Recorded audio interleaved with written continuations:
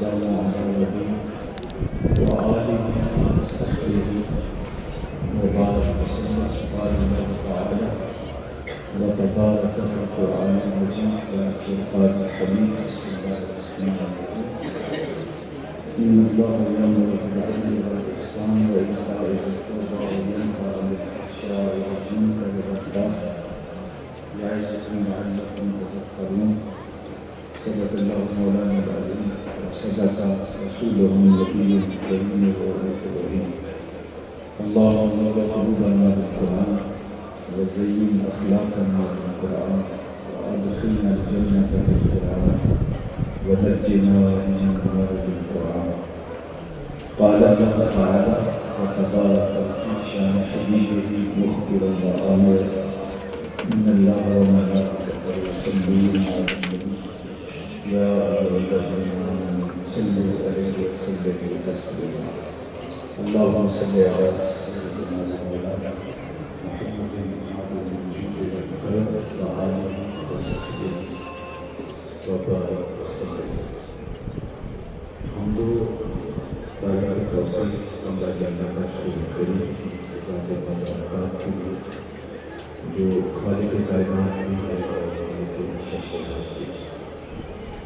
اللہ جل وعلا کی حمد و ثنا کے بعد رسول رحمت شفیع معظم نبی تشریف حضور ختم المرتبہ صلی اللہ علیہ وآلہ وسلم کے حضور ناز میں اپنی عقیدتوں، ارادتوں اور محبتوں کا خراج پیش کرنے کے بعد واجب کرامت اور احتشام عالی مرتبہ سامعین ناظرین، السلام علیکم ورحمۃ اللہ وبرکاتہ. سب سے پہلے میں آپ لوگوں سے جو دقت آپ موسیقی اور درود گوارا کر رہے ہیں اس پہ آپ کی اس شدید دھوپ میں بیٹھنے پر آپ کا تشکر ادا کرتا ہوں. ہمارا ہر سال کا جو اجتماع ہوتا ہے آپ کے لیے شامیان وغیرہ سارے کی جاتی ہے. اس مرتبہ پوری مشاہدہ جگہ میں پورا انتظام موجود تھا، لیکن اچانک موسم کی تبدیلی کی وجہ سے یہ سب کچھ نہ ہو پایا. تو پھر رات دیر تک بارش کا اور زیادہ بارش کا سلسلہ رہا تو ممکن نہیں تھا کہ انتظام کیا جائے. اگرچہ میرے ذہن میں یہ تھا کہ بیٹھنا مشکل ہوگا اور اس وقت سب سے زیادہ مشکل پر مجھے ہو رہی ہے کہ سورج کی وجہ سے میں آپ سے کہاں نہیں ہو پاتا. تو بہرحال کوشش ہوگی کہ میں جس طرح آپ دھوپ میں بیٹھے ہیں تو انہیں بھی کچھ وقت کے لیے آپ سے ملاقات کروں. اللہ تعالیٰ نے زبان پر کلمۃ الحق قرآن مجید کی جو آیات کریمہ سورہ النحل سے آپ کے سامنے تلاوت کرنے کا شرف اور اعزاز حاصل کیا، وہ اتنی جامع اور کامل و اکمل پیغام پر مشتمل آیات مبارکہ ہے کہ حضرت عبداللہ بن مسعود رضی اللہ تعالیٰ عنہ فرمایا کرتے تھے کہ اس ایک آیت میں خیر اور شر سب کو جمع کرتا ہے. ہر وہ چیز جس سے رکنے کا ہماری قبائل ہماری فطرت تقاضا کرتا ہے ان سے روک لگ جائے اور جو چیزیں ہمارے لیے نافع ہیں ان کا حکم دیا ہے. حضرت امام سیوطی علیہ الرحمہ نے لکھا کہ سب سے پہلے خطبے کے آخر میں اس آیت کو حضرت عمر بن عبدالعزیز نے پڑھا اور اس وقت سے لے کر آج تک جو دستور ہے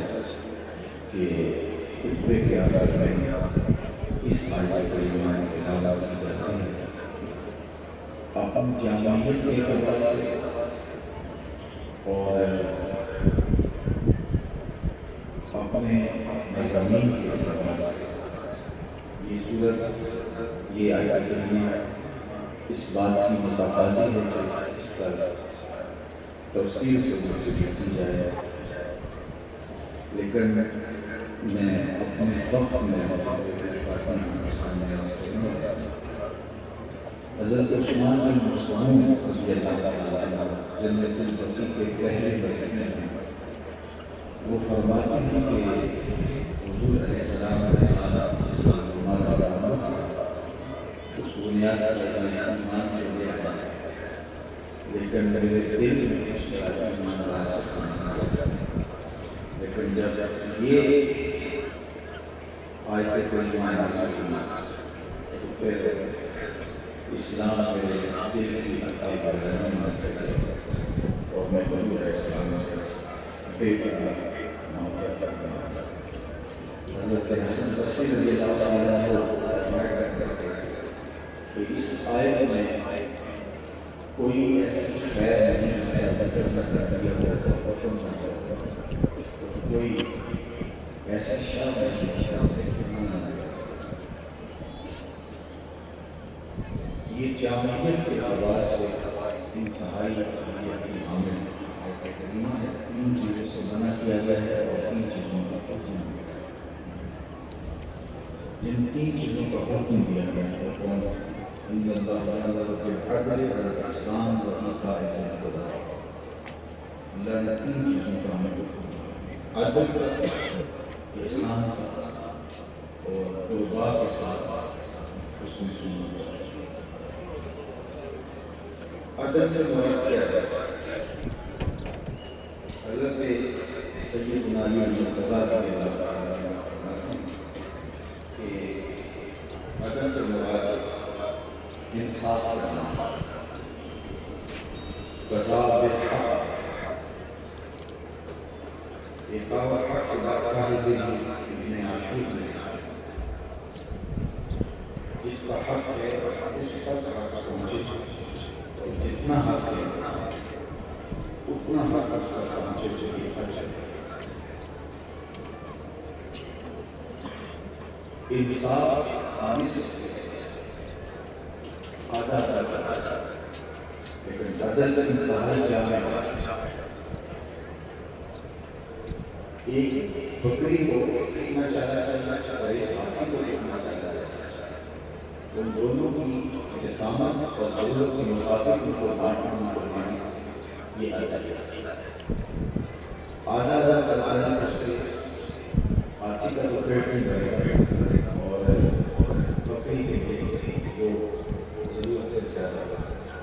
جس کا جتنا حق بنتا ہے اس کی صلاحیت کے اعتبار سے، اس کے منصب کے اعتبار سے، اس کی شخصیت کے اعتبار سے اس کا وہ حق ہے۔ تو یہ ہے عدل۔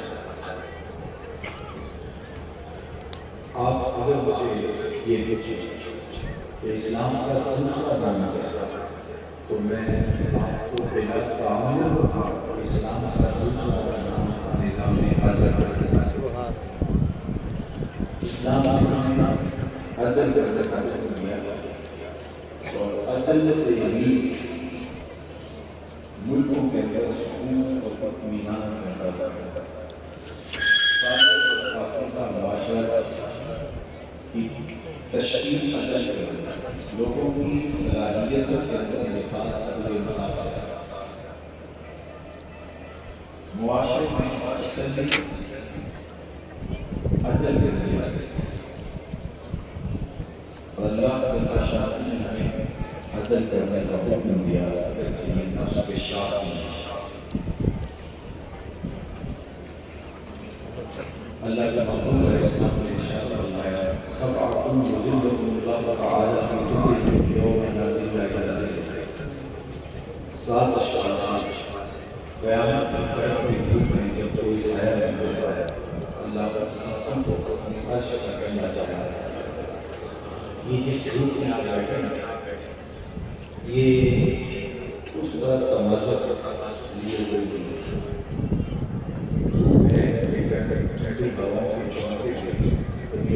سچائی بہت بڑی ہے، لیکن قدر دیکھیں وہ شدت کی گرمی کو چند لمحوں کے لیے بیٹھنے میں اور وہ جو قیامت کے اندر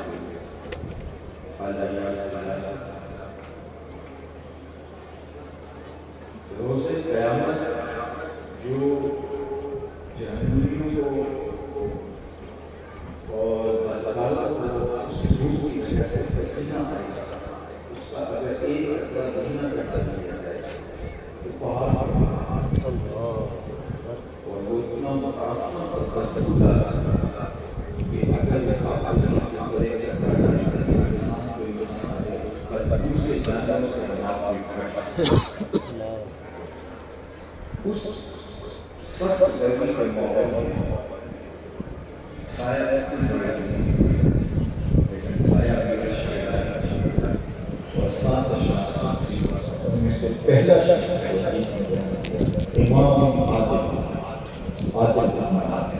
جو عدل و انصاف کے ساتھ معاملہ کرتا ہے، قیامت کے دن جب دھوپ کڑک رہتی ہے وہ اللہ کے عرش کے ٹھنڈے سائے کرے۔ اللہ اکبر۔ ان المقسطین عند اللہ لا منابر من نور من یمین الرحمن۔ حضرت عبداللہ بن عمر بن عاص رضی اللہ عنہ سے روایت میں کہ قیامت کے دن جو عدل کرنے والے ہوں گے وہ عرش الہی کی دائیں جانب نورانی منبروں کے اوپر جلوہ کرے گا، یہ ان کو احساس کیا جائے گا ان کے لیے تقریب ہے۔ اور ایک معروف قول ہے رضا و ضرب قبل رضا اختر کے اندر عادل، جب کوئی قاضی عدل کرتا ہے، کوئی حاکم عدل و انصاف سے فیصلہ کرتا ہے تو جس کو حق ملا وہ اس سے خوش ہوتا ہے، لیکن اس کے خوش ہونے سے پہلے رب راضی ہوتا ہے۔ اس لیے ہمیں عدل و انصاف کے ساتھ امور بجا لانے کی تلقین کی گئی۔ کہا گیا الدنیا یدوم مع الکفر والعدل، دنیا عدل اور کفر کے ساتھ تو قائم رہ سکتی ہے، ولا یدوم بالظلم والاسلام، اور ظلم اور اسلام کے ساتھ دنیا قائم نہیں رہ سکتی۔ وہ محض اسلام کا نام لیتے ہیں جو عدل و انصاف قائم نہیں رہتا۔ اس لیے ہمارے دین میں ہمیں عدل کی تلقین کی ہے، اور میں نے عرض کیا کہ اگر آپ مجھے پوچھیں کہ اسلام کا کوئی دوسرا نام تو میں کہوں گا اسلام کا دوسرا نام نظام عدل ہے، اور ہمیں عدل کرنے کی تلقین کرتا ہے۔ اور اللہ کے محبوب علیہ السلام سے جب یہ کہا گیا کہ اس قبیلے کی خواتین کا ہاتھ کٹے گا تو یہ لوگ اس کو اچھا محسوس نہیں کریں گے، تو آپ ان پر سے یہ حکم اٹھائے۔ تو اللہ کے محبوب نے باقاعدہ منبر بچھایا اور فرمایا کچھ امتیں اسی وجہ سے ہلاک ہوئی جو غریب ظلم کرتا، گناہ کرتا، برائی کرتا تو اس پر حد جاری کر دی جاتی، اور اگر کوئی امیر ارتکاب گناہ کا کرتا تو اس کے لیے سہولت اور اس کے لیے گنجائش نکال دی جاتی۔ فرمایا میری شریعت میں ایسا نہیں ہوتا۔ اتنا سخت جملہ ارشاد فرمایا کہ یہ تو اس قبیلے کی خاتون ہے، اگر میری بیٹی بھی چوری کرتی تو میں اس کا بھی ہاتھ کاٹتا ہوں۔ اس سے بڑھ کر اور کوئی عدل کی اہمیت کو اجاگر کرنے والی چیز نہیں ہو سکتی۔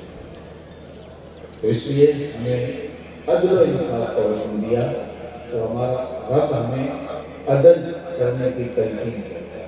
آج میرے معاشرے کا، میرے ملک کا، پوری دنیا کا مسئلہ عدل ہے۔ آج کہیں بھی عدل نہیں ہو رہا ہے۔ جو عدل کرنے کی مکاری کرتے ہیں وہ بھی عدل کو مخصوص دائروں کے اندر قائم کیے ہوئے ہیں، باقی عدل و انصاف ان کا بہت ساری جگہوں پہ خاموش ہو رہا ہے۔ آج ہمارے لوگ مغرب کے عدل و انصاف کی مثالیں دیتے ہیں کہ وہ عدل کرتے ہیں، وہ انصاف کرتے ہیں، وہ اپنے معاشروں کو سکون رکھنے کے لیے، اپنی حفاظت کے لیے، اپنے آپ کو، اپنی معاشرت کو بہتر رکھنے کے لیے اپنے ماحول میں تو عدل کر کے اپنے لیے ایک آسودہ زندگی کی زمانی فراہم کر لیتے ہیں، لیکن عدل کا نظام ان کا باقی جگہوں پہ خاموش رہتا ہے۔ اگر ان کی طبع عدل کے نور سے منور ہے تو یہ عدل فلسطین میں بھی ہونا چاہیے۔ مشرقی تیمور کا مسئلہ چٹکیوں میں حل کر دیا جاتا ہے اور کشمیر کا مسئلہ تقریباً 5 صدی تک بھٹکا کے پھر دشمنوں کے ہاتھ میں کشمیر کو دے دیا جاتا ہے۔ عدل کے ٹھیکیدار کیا یہاں عدل نہیں کر سکتے؟ وہ بلیوں اور کتوں کے حقوق پر تو بات کرتے ہیں، لیکن سسک کی طرف کی جان بلند انسانیت کے لیے ان کی آواز کیوں ہوتی؟ ان کا عدل علاقائی ہے، وہ اپنی معاشرت کی تسلیم کر کے اور اپنے آپ کو محفوظ رکھنے کے لیے بدل کرتے ہیں، لیکن عدل تو غیروں کے ساتھ بھی کیا جاتا ہے اور بلکہ ان بچوں کے ساتھ ان کا انصاف خاموش ہے۔ تو آج صرف میرا وطن ہی عدل سے محروم نہیں ہے، آج پوری دنیا عدل سے محروم ہے، اور میں کہوں گا کہ دنیا کے اوپر پائیدار عدل قائم ہی نہیں ہو سکتا جب تک محمد عربی کا نظام، یہ رنگا جمہوریتیں اور مختلف طرز کی حکومتیں اور یہ مختلف طرح کے انداز حکومت یہ اپنے آپ کو محفوظ رکھ سکتے ہیں، انسانیت کے سکون کے ضامن نہیں بن سکتے۔ اس دنیا کے اوپر عدل قائم ہوگا، انصاف قائم ہوگا تو نظام خلافت کے ساتھ حضرت نبی رحمت صلی اللہ علیہ وسلم کا دیا ہوا دین خلافت کے نظام میں جس طرح واقع میں تاریخ کے اتنے روشن بات ہیں کہ انسان یقین فشر رہ جاتی ہے۔ عدالت پر جب مسلمانوں نے قبضہ کیا تو فوج کے پاس کھانے پینے کی اشیاء پر اور وہ بھوک سے بےتاب ہے۔ جب فاتح فوج بھوک سے بےتاب ہوا تو اس نے وہاں کے مقامی لوگوں سے چیزیں لے کر کے کھانا شروع کر دی، اپنی ضرورت کو اور اپنی احتیاط کو ختم کرنے کو۔ اس دور کے شیخ الاسلام تک یہ بات پہنچی تو اس نے فتویٰ دیا کہ اس حالت کے اندر بھی فوج کے لیے جائز نہیں ہے کہ وہ کسی کی چیزیں اٹھا کر کے استعمال کرے، کہ فوج خود جا کر ان کی دکانوں پہ چیزیں نہ کرے۔ یہ تھا عدل، یہ تھا انصاف، یہ تھا مسلمانوں کا نظام۔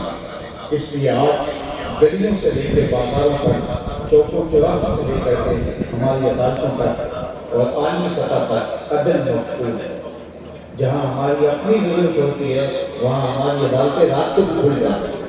اس کا عالمی عدالتیں بھی رات کو بھی کھل جاتی ہیں جہاں ان کی ذاتی ضرورت ہوتی ہے، لیکن عدل و انصاف اس کا پائنہ بن گیا ہے۔ میرے اور آپ کے یہاں کا کر دیا ہوا عدل اور حضور کر دیا ہوا انصاف زمانے کو آج اس کی ضرورت ہے، تو ہمارے دین نے ہمیں عدل کرنے کی تلقین دی ہے۔ اس عنوان سے بہت کچھ کہا جا سکتا ہے، لیکن میں اپنے مضمون کو آگے بڑھانا چاہتا ہوں۔ عدل کا دوسرا مفہوم جو بیان فرمایا گیا ہے وہ حضرت عبداللہ ابن عباس رضی اللہ تعالیٰ عنہ نے بیان فرمایا۔ اب یہاں ایک بات اور عرض کرتا ہوں کہ اللہ نے ہمیں عدل کا بھی حکم دیا ہے اور اس نے ہمیں احسان کا بھی حکم دیا۔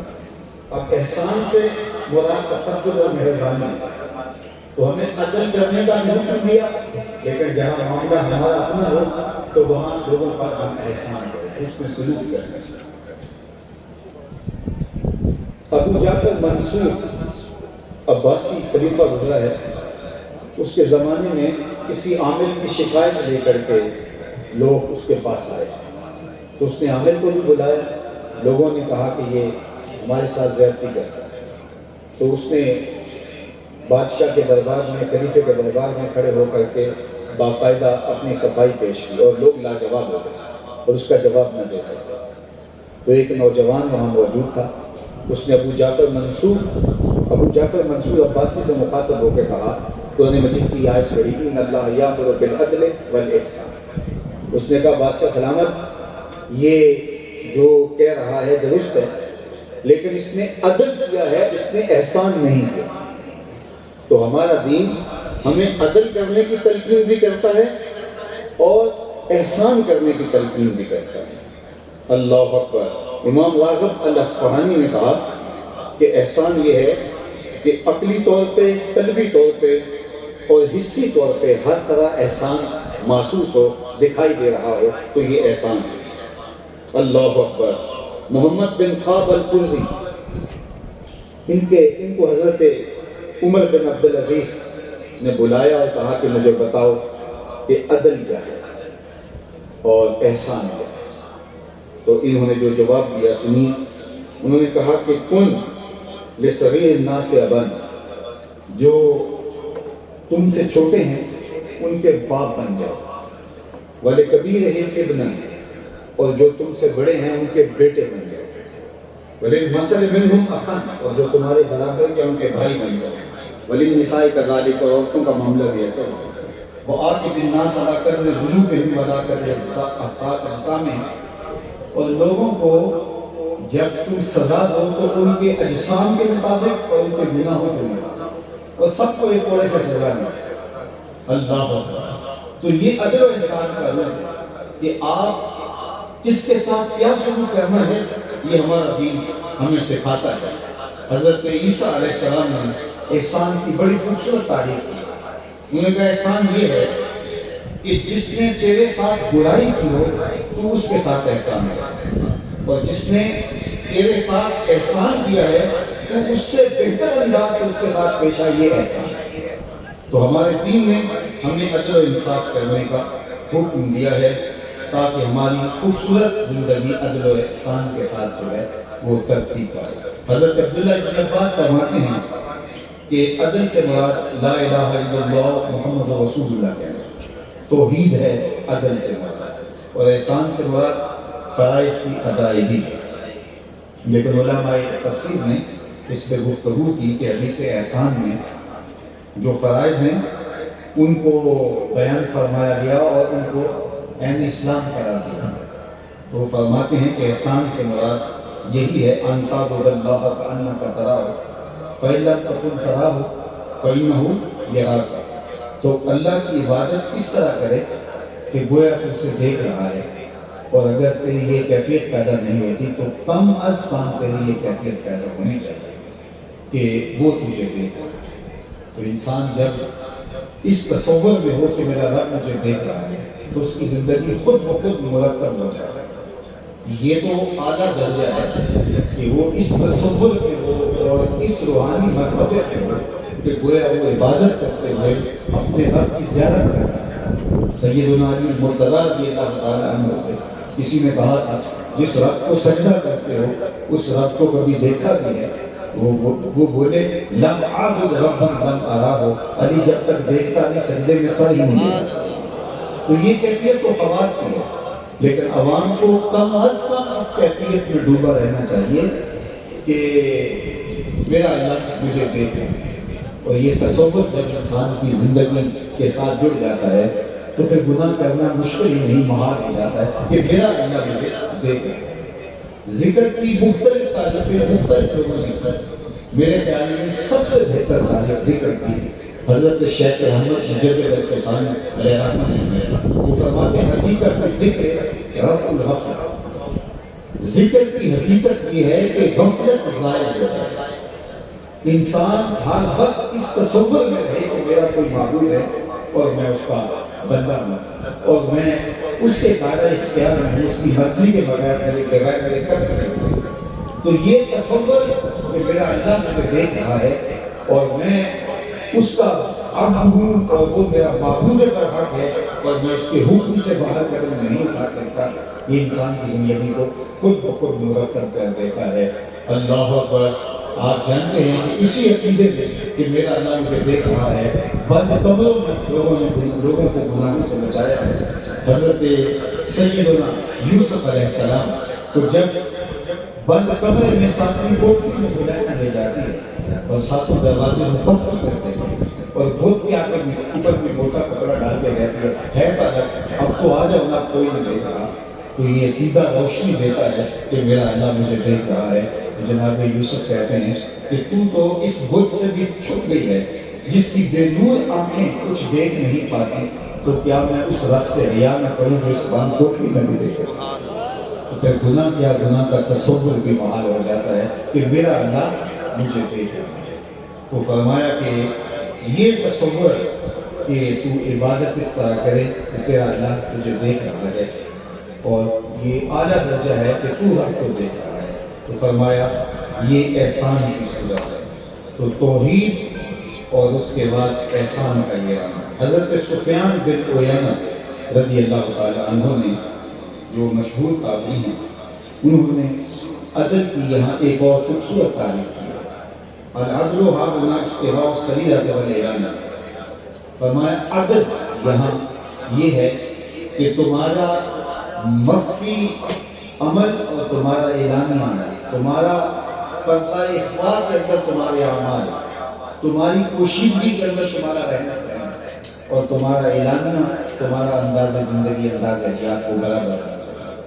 یہ نہیں ہے کہ تم لوگوں کے سامنے بڑے خوبصورت نیک عامل پارسا دکھائی، لیکن چون بخلوت بھی روان کارے دیگر بھی بنے، لیکن خلوت میں جا کے تمہارا انداز کچھ اور ہو جائے. تمہاری خلوت اور جلوت ایک جیسی ہے تو تم عادل، تمہاری خلوت بھی ایسی ہے، تمہاری جلوت بھی ایسی ہے. اور احسان کیا ہے؟ بل احسان ان تکون السریرۃ افضل من الاعلان. اور احسان یہ ہے تمہاری تنہائی تمہارے اعلانیہ عمل سے بھی زیادہ خوبصورت ہے. تمہاری تنہائی زیادہ خوبصورت اور زیادہ تقوی کے نور سے مالا مال ہے. آج میں اور آپ اس تعریف کی روشنی کے اندر اپنے آپ کو دیکھیں تو ہمارا ظاہر تو بڑا اچھا سلجھا ہوا اور بڑا آراستہ دکھائی دیتا ہے، لیکن ہمارا باطن، ہماری خلوتیں، ہماری تنہائیاں انتہائی ناپاک اور غلیظ دکھائی دیتی. تو عدل یہ ہے، وہ شخص عادل ہے جس کا ظاہر بھی پاکیزہ ہے اور جس کا باطن بھی پاکیزہ ہے. ظاہر اور باطن کے اندر فرق نہیں، جس کی خلوت اور جلوت ایک ہے. اللہ اکبر. اور یہ اللہ سے توفیق مانگو، یہ اسی کو نصیب ہو سکتی ہے جس کا یہ عقیدہ پختہ ہو کہ میرا اللہ مجھے دے گا. یہ عقیدہ جب میرے اور آپ کے ساتھ جڑا ہے اور ہمارا تن اور لہجہ اور لمحہ ہمارے ساتھ یہ فکر ہمارے ساتھ جڑی ہوئی ہے اور یہ خیال مستحضر ہے کہ میرا اللہ مجھے دیکھ رہا ہے، تو پھر کیا تنہائی میں اور پھر کیا اعلانیہ طور پہ انسان کی زندگی میں کوئی پھر توجہ اور پھر تبدیلی نہیں ہو سکتی. اور یہ اللہ تعالیٰ کی طرف سے بہت بڑی نعمتیں ہیں اور اللہ جس کو چاہے عطا کرتا ہے. اللہ اکبر. اور احسان یہ ہے کہ تمہاری جو تنہائی ہے، تمہارے اعلانیہ امور سے، تمہاری اعلانیہ زندگی سے بھی زیادہ پاکیزہ، ستھری اور خوبصورت. شیخ سعدی نے کہا کہ نیک باشی و بدت گوئے کر بے کے بد باشی و نیکت و بینن، کہ تو برا ہو، تو نیک ہو اور لوگ تجھے برا جانے، یعنی تو نیک ہے لیکن تجھے لوگ برا سمجھتے ہیں. تو کہا یہ بہتر ہے اس سے کہ تو برا ہو اور لوگ تجھے نیک سمجھتے. تو آج ہم دکھنے کے اندر اچھے رہتے ہیں اور ہماری ساری کوشش تب و تعجب یہی ہوتی ہے کہ ہمارا ظاہر سورا دیکھنا ہے. جتنی کوشش ہمارا منہ دھونے میں ہمارا وقت لگتا ہے اور اپنے ظاہر کو آراستہ کرنے میں لگتا ہے، اس سے آدھا وقت بھی ہم نے باطن کو سنوارنے میں ہم نے کبھی صرف نہیں کیا. میاں صاحب کا لہجہ تو بڑا سادہ ہوتا ہے، لیکن ٹھیک پنجابی میں دل نشین انداز میں اس بات کو انہوں نے بیان کیا. وہ کہتے ہیں کہ اللہ اکبر، کیا خوبصورت بات ہے. وہ کہتے ہیں کہ شیشے اتے کٹا جمیا تے کرنا چاڑی جاندے، شیشے اتے کٹا جمیا تے کرنا چاڑی جاندے، جلداں نوے سانپ کے رکھ دے ورکے پاڑی. تو ہمارا سارا زور پہلے جو اندر ہے، جو مقصود ہے، اس کی طرف ہماری توجہ ہے. اور بابو علیہ رحمہ نے کہا تھا کہ دل کالے نالوں منہ کالا چنگا، جے کو یہ رمز بچانا. اگر یہ رمز کسی کو سمجھ آ جائے کہ اگر چہرے کے اوپر کوئی بدنمائی آ بھی گئی، کوئی داغ دھبے آ بھی گئے، تو اس سے کوئی خاص فرق نہیں پڑتا. تمہارا دل میلا نہیں رہنا چاہیے، تمہارا دل ستھرا ہونا چاہیے. حضرت سفیان بن عیینہ فرماتے ہیں کہ دل تمہارا ستھرا ہو، دل تمہارا پاک ہو. انی لمستتر من عین جیران واللہ یعلم اسراری و اعلانی. میں اپنے ہمسائے سے تو پوشیدہ ہوں، لیکن اللہ میرے مخفی عمل کو بھی جانتا ہے اور میرے اعلانیہ عمل کو بھی جانتا ہے. اللہ اکبر. جب وہ جانتا ہے تو اس سے کوئی چیز پوشیدہ نہیں ہوتی اور اس سے کوئی چیز مخفی نہیں. اور قیامت کے دن ہر چیز تشخیص میں ہوگا. وہ دن آنے والا ہے یوم تبلی السرائر فما له من قوت ولا ناصر. کہا وہ وقت آنے والا ہے کہ جب ہر مخفی چیز تشخیص میں جو چھپ کے بند کمروں میں کیا وہ بھی سامنے آئے گا. اس وقت جب نامہ اعمال کھل کے سامنے آئے گا آزائے گدیاں گڑا تو بندہ کہے گا ما لہذا الکتاب لا یغادر صغیرۃ ولا کبیرۃ الا احصاها. اس کتاب کو کیا ہو گیا؟ اس نے چھوٹی اور بڑی بات کوئی نہیں چھوڑی, سب کچھ لکھ دیا. لیکن اس دن کے پچھتانے سے کوئی فائدہ نہیں ہوگا. آج کا پچھتاوا کل کی بہتری کا ضامن ہو سکتا ہے لیکن کل کا پچھتاوا سوائے حسرت بڑھانے کے اور کچھ نہیں ہو سکتا. تو مجھے اور آپ کو آج اپنی خلوتوں کو پاکیزہ بنانا پڑے گا, اپنی زندگی کو مرتب اور منظم کرنا ہوگا. ہمارا ظاہر بھی پاکیزہ ہو, ہمارا دین مکمل کامل اور اکمل بنے. ہمیں یہ تو ایک موازنتاً بات ہوئی کہ اگرچہ منہ کالا بھی ہو تو کوئی فرق نہیں پڑتا, دل کالا نہیں ہونا چاہیے. لیکن ہمارا دین ہمیں اپنے ظاہر کو بھی سنوارنے کی تلقین کرتا ہے. ایک صاحب آئے, انہوں نے بال رکھے ہوئے اور الجھے تو آقا کریم علیہ السلام نے دیکھ کر کے فرمایا من کان لہ شعر فلیکرمہ. جو بال رکھے تو پھر حق ہے کہ ان کو سنوار کے لیا جائے, ان میں گنگی کرے, ان کو تیل لگائے اور ان کو آراستہ کرے. تو اگر بال رکھنے ہیں, زلفیں رکھنی ہیں تو پھر ان کو الجھی رکھیں. تو ہمارے دین نے ہمیں ظاہر کو بھی آراستہ, ظاہر کو بھی پاکیزہ, ظاہر کو بھی ستھرا, منظم اور مرتب رکھنے کی تلقین کی ہے اور باطن کو.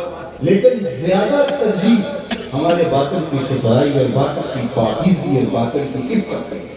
اگر اندر ستھرا ہو گیا, اندر پاک ہو گیا, اندر صاف اور اندر جو ہے وہ نظیف ہو گیا تو باہر کی کمی کوتاہی درگزر کی جا سکتی ہے, لیکن اندر کی کمزوری جو ہے اس کی گنجائش نہیں ہے. اس لیے ہمارا دین ہمیں یہ تلقین کرتا ہے کہ ہم اپنی خلوتوں کو پاک کریں.